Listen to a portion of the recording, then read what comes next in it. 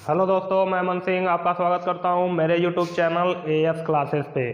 तो जैसा कि हमने पिछली वीडियो में पढ़ा था गोली दर्पण द्वारा प्रतिबिंब का बनना, उस टॉपिक को हमने पूरी तरह अच्छे से डिस्कस कर लिया था। अगर आपने उस वीडियो को नहीं देखा है तो लिंक डिस्क्रिप्शन बॉक्स में मिल जाएगा, वहाँ से जाके आप देख सकते हैं। आज हमारा टॉपिक है चिन्ह परिपाटी। स्पेशली बहुत इंपॉर्टेंट टॉपिक है क्योंकि इसके बेस पे सारे न्यूमेरिकल हल होते हैं। अगर ये नहीं आएगा तो एक भी न्यूमेरिकल सही नहीं होगा। आता तो है लगाना, लेकिन प्लस माइनस की गड़बड़ी बहुत ज़्यादा होती है लोगों से, क्योंकि प्लस माइनस इसी चिन्ह परिपाटी पे निर्भर करता है कि कहाँ प्लस लगाना है, कहाँ माइनस लगाना है, कब वस्तु की दूरी प्लस में लेना है, कब वस्तु की दूरी माइनस में लेना है, कब प्रतिबिंब की दूरी प्लस में लेना है, कब माइनस में लेना है, कब फोकस दूरी प्लस में लेना है, कब माइनस में लेना है। और ये प्रतिबिंब की दूरी, वस्तु की दूरी, फोकस दूरी, ये सब चीज़ें मैंने नहीं बताया है। तो ये सब भी चीज़ें हम आज की वीडियो में डिस्कस करने वाले हैं। तो चलिए शुरू करते हैं। चिन्ह परिपाटी को शुरू करने से पहले कुछ चीज़ें मैं बताना चाहूँगा। जैसे हो गया वस्तु की दूरी,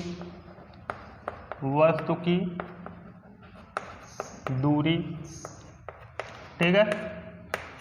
और ये तो पहला था। दूसरा हो गया प्रतिबिंब की दूरी,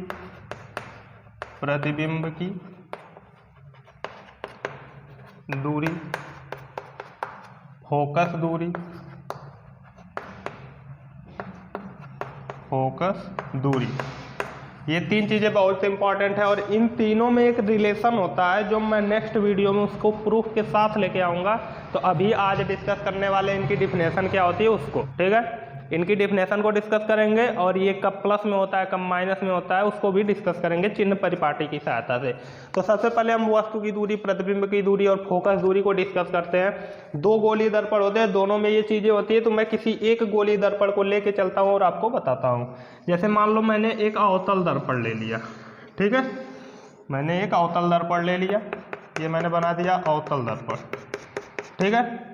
बीच में क्या होता है, ये सब चीज़ें मैंने बता रखा है कि जो परावर्तक तल के मध्य में होता है उसको ध्रुव बोलते हैं। और ये गोली दर्पण कांच के जिस खोखले गोले का कटा हुआ भाग होता है उस गोले के केंद्र को बोलते हैं वक्रता केंद्र। और वक्रता केंद्र और ध्रुव से होकर जाती हुई एक सीधी लाइन अगर हम खींच दें तो उसको बोलते हैं मुख्य अक्ष, ठीक है। और इन दोनों के एकदम मध्य में होता है फोकस, इन दोनों के एकदम मध्य में होता है फोकस। इतनी चीज़ें होती हैं। अब हमने एक स्थिति पढ़ा था कि हमने वस्तु को यहाँ पे स्थित कराया था वक्रता केंद्र और अनंत के बीच में, इसका नाम था AB। तो इसका प्रतिबिंब यहाँ पे बना था, ठीक है। इस वस्तु का प्रतिबिंब यहाँ पे बना था A' B', ठीक है। इतनी चीज़ें आपको पता होगी, पिछली वीडियो अगर आपने देखा होगा तो इतनी चीज़ें मैंने उसमें बता रखा था कि अगर कोई वस्तु वक्रता केंद्र के बाद अनंत से पहले स्थित है तो उसका प्रतिबिंब ऐसा बनता है उल्टा वास्तविक और वस्तु से छोटा, ठीक है।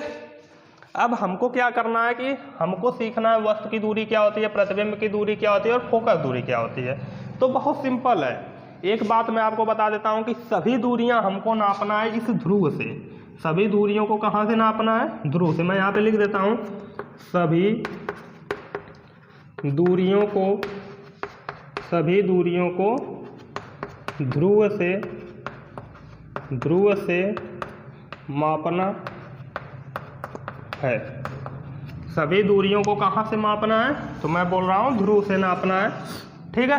तो अब देखते हैं, सबसे पहले मैंने लिखा है वस्तु की दूरी। तो वस्तु की दूरी सबसे पहले हम ढूंढेंगे वस्तु कहाँ है। तो ये रही वस्तु, ये क्या है वस्तु। और इस वस्तु का प्रतिबिंब कहाँ बना है, वस्तु आपको दिख नहीं रहा होगा तो मैं थोड़ा इधर लिख देता हूँ। ये क्या है हमारी वस्तु, ठीक है।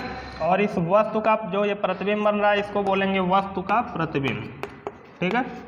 वस्तु का प्रतिबिंब। तो सबसे पहले नंबर पे हमको बताना है वस्तु की दूरी। तो हम ढूंढ लेते हैं इसमें वस्तु कहाँ स्थित है। तो हमको पता है ये रही वस्तु, ठीक है।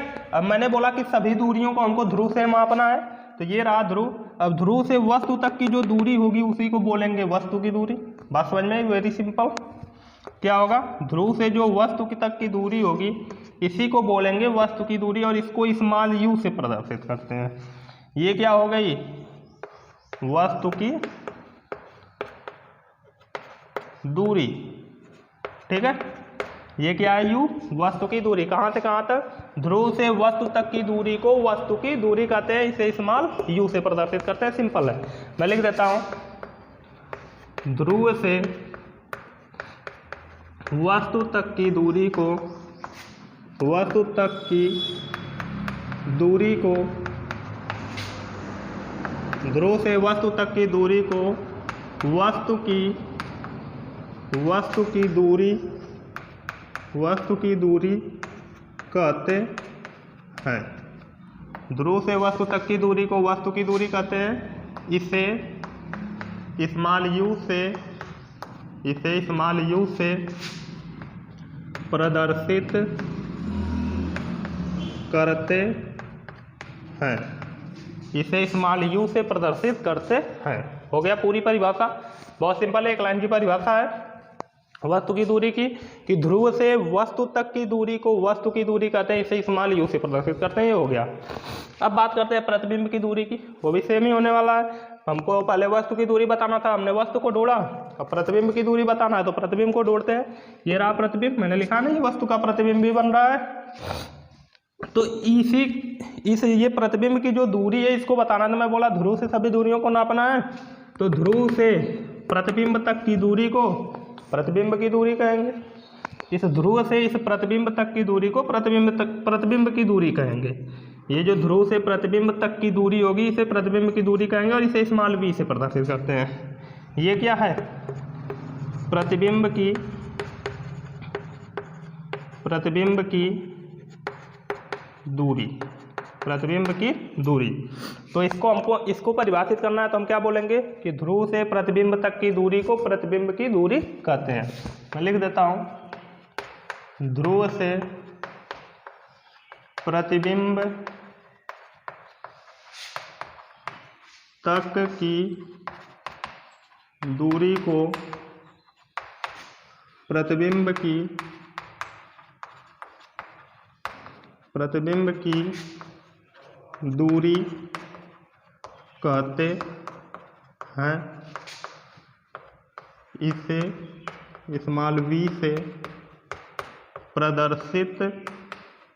स्मॉल v से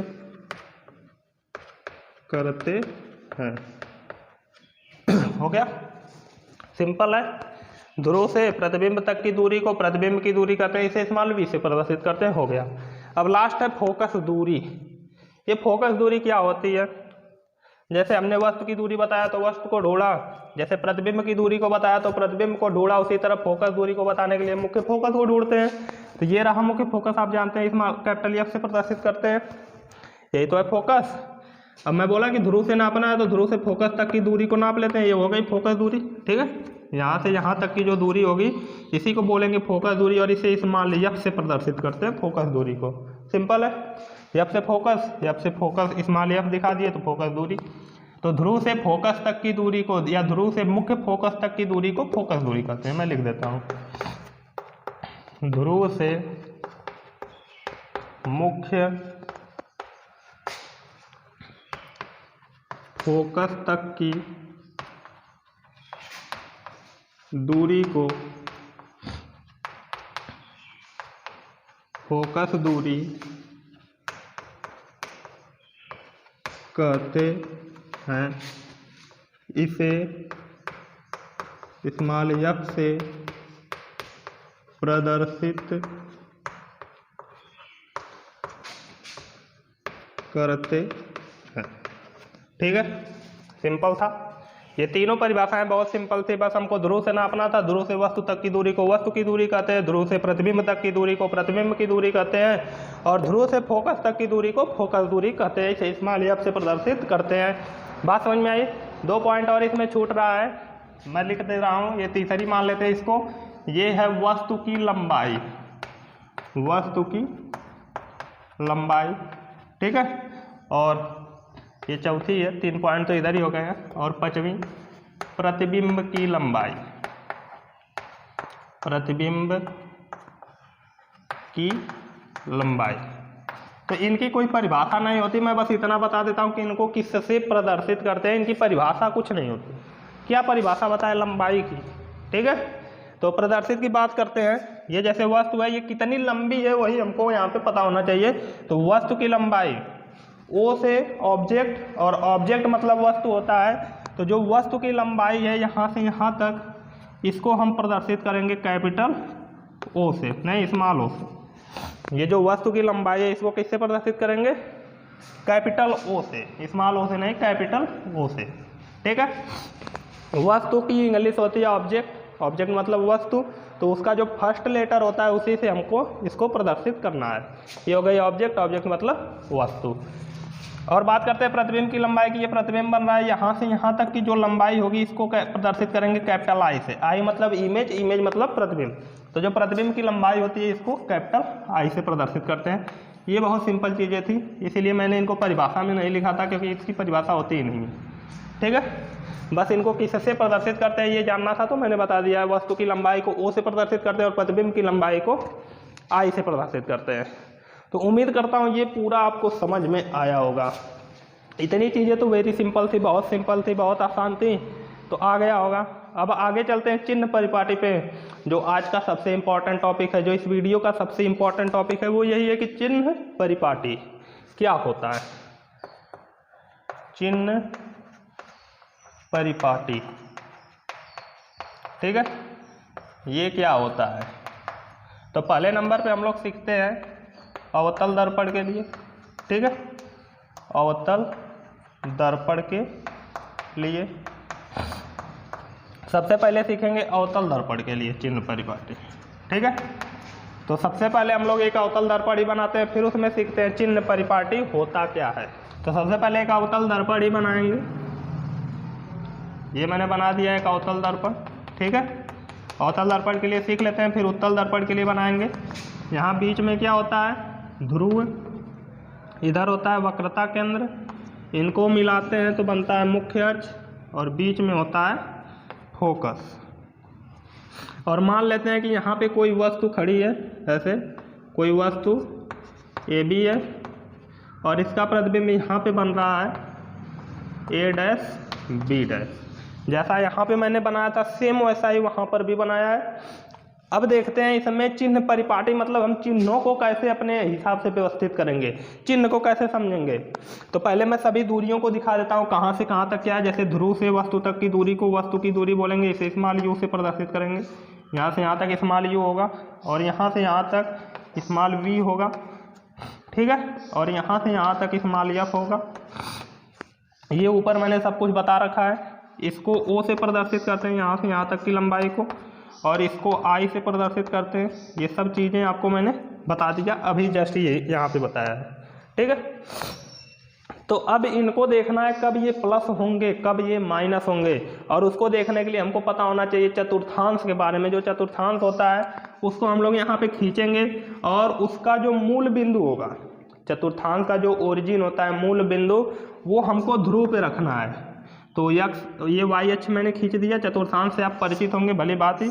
और ये जो मुख्य अक्ष है ये यक्ष अक्ष का काम करेगा।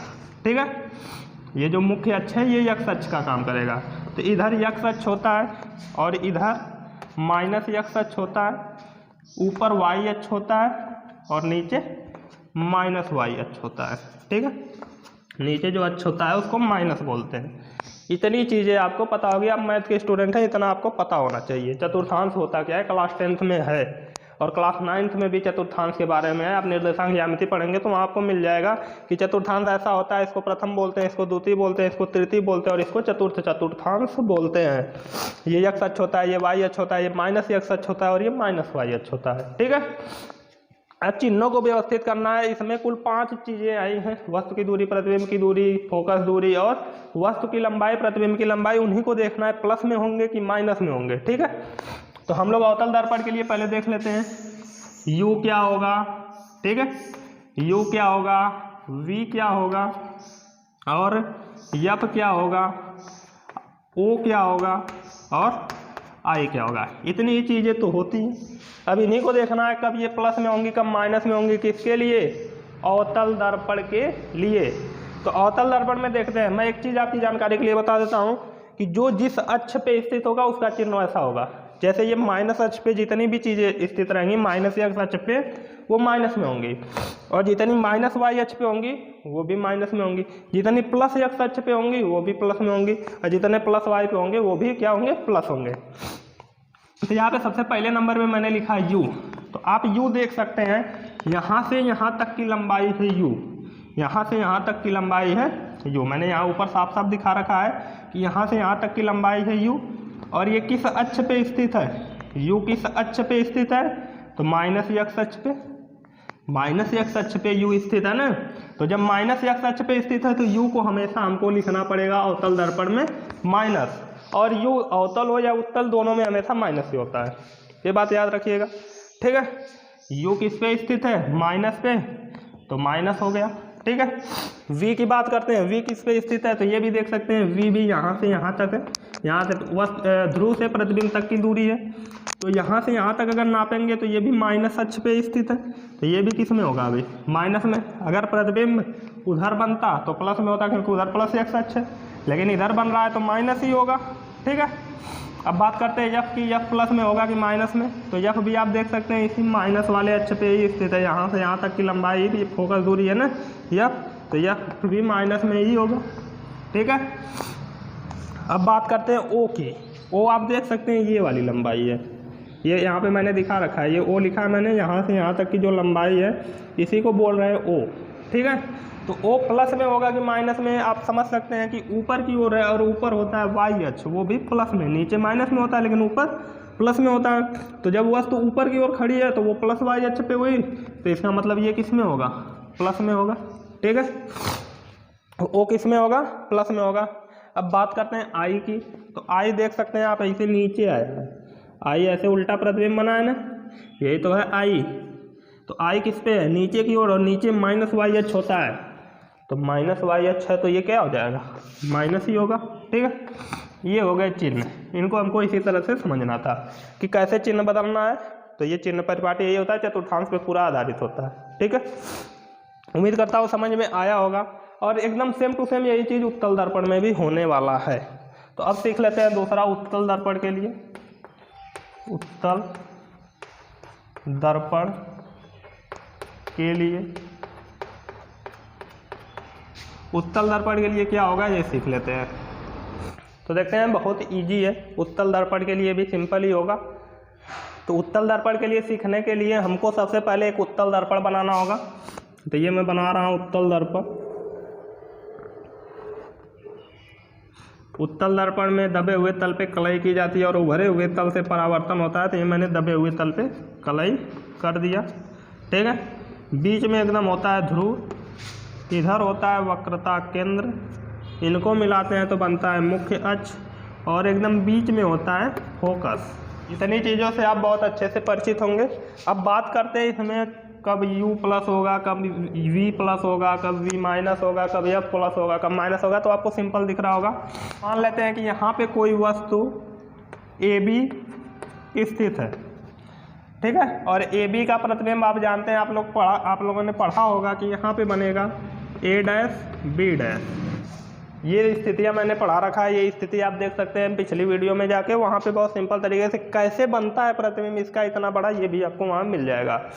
तो अब बात करते हैं कि वस्तु की दूरी क्या होगी। तो आप जानते हैं ध्रुव से वस्तु तक की दूरी को वस्तु की दूरी कहते हैं। तो ये हो गया स्मॉल u, ये ऊपर ही लिख रखा है मैंने। उसके बाद है प्रतिबिंब की दूरी, ध्रुव से प्रतिबिंब तक की दूरी। तो ये रहा ध्रुव, ये बना प्रतिबिंब। तो यहाँ से यहाँ तक की जो लंबाई होगी इसको v से प्रदर्शित करेंगे, ठीक है। उसके बाद आती है फोकस दूरी की बात। तो ये रहा फोकस, ये रहा ध्रुव, ध्रुव से फोकस तक की दूरी को फोकस दूरी स्मॉल f, यहाँ से यहाँ तक हो जाएगा। बात समझ में आई। और क्या बच रहा है, वस्तु की लंबाई वो हो गया यहाँ पे, और प्रतिबिंब की लंबाई ये हो गया आई यहाँ पे, ठीक है, ये आई हो गया। अब ये सब कब प्लस में होंगे कब माइनस में होंगे उनको देख लेते हैं, फिर ये वीडियो ख़त्म करते हैं। तो उत्तल दर्पण के लिए देखते हैं, पहले u देख लेते हैं प्लस होगा कि माइनस, फिर v देख लेते हैं, फिर f देख लेते हैं, फिर o देख लेते हैं, और फिर i देख लेते हैं, ठीक है। तो इन चीज़ों को देखते हैं कब ये प्लस होंगे और कब माइनस, फिर वीडियो को एंड करते हैं। काफ़ी लंबी हो जाएगी वीडियो। इसलिए इतना ही ख़त्म करेंगे। नेक्स्ट वीडियो में बाकी चीज़ें सीखेंगे। तो ये जानने के लिए मैं बोला कि चिन्ह परिपाटी पूरे चतुर्थांश पे आधारित है। सबसे पहले चतुर्थांश बनाएंगे और उसका जो मूल बिंदु होगा वो ध्रुव पे स्थित होगा। तो ये हो गया x अक्ष, इधर माइनस x अक्ष होता है, ये हो गया y अक्ष और नीचे माइनस y अक्ष होता है। ठीक है, नीचे जो होता है वो माइनस y अक्ष होता है। इतनी चीज़ें पता है। अब देख लीजिए u किस पे स्थित है, माइनस पे होगा तो माइनस होगा और प्लस अक्ष पे होगा तो प्लस पे होगा। तो u आप देख रहे हैं यहाँ से यहाँ तक है, यही तो u है, और इधर माइनस x अक्ष है तो u किस में हो जाएगा, माइनस में। v की बात करते हैं तो v यहाँ से यहाँ तक है, यही वाला मैंने ऊपर ये लिखा है, और इधर से इधर नापेंगे, यहाँ से यहाँ नापेंगे तो ये प्लस x अक्ष पे जाएगा, तो v किस में हो जाएगा, प्लस में। f की बात करते हैं, यहाँ से यहाँ तक, यहाँ से यहाँ तक f है तो ये भी तो प्लस पे ही स्थित है, प्लस x अक्ष पे है तो ये भी प्लस होगा। o की बात करते हैं, o ऊपर की ओर स्थित है, ये o है, o देख सकते हैं प्लस y अक्ष पे है तो ये किस में हो जाएगा, प्लस में। i की बात करते हैं, i भी ऐसे सीधा ही बना है, ऊपर की ओर ही बना है, और ऊपर प्लस y अक्ष होता है तो ये भी प्लस होगा। ठीक है, यहाँ पे देख सकते हैं बस o प्लस में था और बाकी सब माइनस में, यहाँ केवल u माइनस में, बाकी सब प्लस में। बात समझ में आ चुकी होगी। तो ये हो गया चिन्ह परिपाटी। इसमें मैंने एक चीज़ मिस किया है, वो मैं बता देता हूँ, वक्रता त्रिज्या बहुत इंपॉर्टेंट है। इसमें वक्रता त्रिज्या और फोकस दूरी में संबंध भी होता है, मैं भूल गया ऊपर बताने के लिए, यहाँ पे बता देता हूँ वक्रता त्रिज्या। ठीक है, अब चलते हैं सीखते हैं वक्रता त्रिज्या को। तो वक्रता त्रिज्या क्या होती है, बहुत सिंपल होती है। त्रिज्या जो गोले के परिधि से या पृष्ठ से केंद्र तक की जो दूरी होती है या लंबाई होती है उसी को त्रिज्या बोलते हैं। मान लीजिए कोई वृत्त है तो उसकी परिधि से केंद्र तक की लंबाई को त्रिज्या कहते हैं। यहाँ भी वही बात होने वाली है। आप देख रहे हैं ये गोली दर्पण है, ये गोली दर्पण है, एक कांच के खोखले गोले का कटा हुआ भाग है, तो उस गोले का जो केंद्र है ये वक्रता केंद्र, ये केंद्र ही है, तो यहाँ से केंद्र तक की दूरी, परिधि से केंद्र तक की दूरी को त्रिज्या बोलते हैं। उसी तरह गोली दर्पण के परावर्तक पृष्ठ के ध्रुव से, मध्य बिंदु ध्रुव से वक्रता केंद्र तक की दूरी को वक्रता त्रिज्या बोलेंगे। और इसको अलग तरीके से भी, बहुत अच्छे तरीके से भी बोल सकते हैं, जैसा बुक में दिया है मैं वो वाला लिखने वाला हूँ। आप ये भी लिख सकते हैं कि ध्रुव से वक्रता केंद्र तक की दूरी को वक्रता त्रिज्या कहते हैं, ध्रुव से वक्रता केंद्र तक की दूरी को वक्रता त्रिज्या कहते हैं। यहाँ पे दिखा देते हैं वक्रता त्रिज्या, यहाँ से यहाँ तक होगी, इसको कैपिटल R से प्रदर्शित करते हैं। इसमें भी दिखा देते हैं वक्रता त्रिज्या, यहाँ से यहाँ तक होगी कैपिटल R। ठीक है, ये यहाँ से यहाँ तक। तो वक्रता त्रिज्या क्या होती है पहले उसको सीखते हैं, फिर देखेंगे प्लस में होगी कि माइनस में। प्लस में होगी कि माइनस में, आप तो आपको दिख ही रहा होगा कि ये प्लस, ये माइनस x अक्ष पे है तो इसमें माइनस में होगी, और उसमें प्लस x अक्ष पे है तो उसमें प्लस में होगी। तो यहाँ पे मैं एक दिखाई देता हूँ पहले, जो अवतल दर्पण में R होता है वो माइनस में होता है, और जो उत्तल दर्पण में R होता है वो प्लस में होता है। यहाँ ऊपर लिख देता हूँ, ये किस में होगा, प्लस में, क्योंकि प्लस x अक्ष पे स्थित है। ठीक है, अब देखते हैं इनकी परिभाषा की। तो मैं बोलूँगा कि गोली दर्पण, ये जो गोली दर्पण है ये कांच के जिस खोखले गोले का कटा हुआ भाग, ये कांच के खोखले गोले का ही कटा हुआ भाग होता है। तो ये गोली दर्पण कांच के जिस खोखले गोले का कटा हुआ भाग होता है उस गोले की त्रिज्या को वक्रता त्रिज्या कहते हैं। तो मैं यहाँ पे आपको एक बार दिखाई देता हूँ। मान लेते हैं ये कांच का एक खोखला गोला है, ठीक है, ये कांच का एक खोखला गोला है। यहाँ से हमने इसका कुछ भाग, अगर ये कांच का खोखला गोला है तो इसमें इसका केंद्र होगा, और यहाँ से यहाँ तक की जो लंबाई होगी इसको त्रिज्या बोलेंगे। अब हमने इसको काट दिया, इसे ऐसे काट के निकाल लिया, तो ये गोली दर्पण बन गया उसके जैसा। तो ये जो त्रिज्या है इसी को तो कैपिटल R बोल रहे हैं। तो ये जो गोली दर्पण बना, ये कांच के खोखले गोले का कटा हुआ भाग है, तो ही मैं बोल रहा हूँ कि ये गोली दर्पण, ये भी कांच के जिस खोखले गोले का कटा हुआ भाग होता है उस गोले की त्रिज्या को, उस गोले की त्रिज्या को वक्रता त्रिज्या कहते हैं। मैं लिखने वाला हूँ कि गोलीय दर्पण कांच के जिस खोखले गोले का कटा हुआ भाग होता है भाग होता है उस गोले की त्रिज्या को वक्रता त्रिज्या कहते हैं और इसे कैपिटल R से प्रदर्शित करते हैं।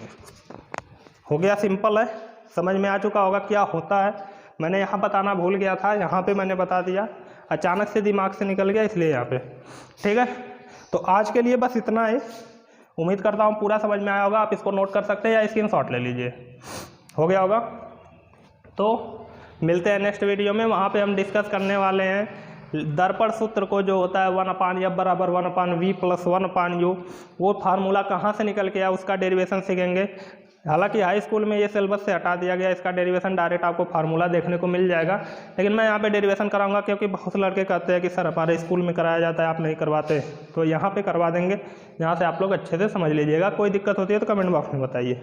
तो ये आपको पूरा समझ में आ चुका होगा। तो मिलते हैं नेक्स्ट वीडियो में।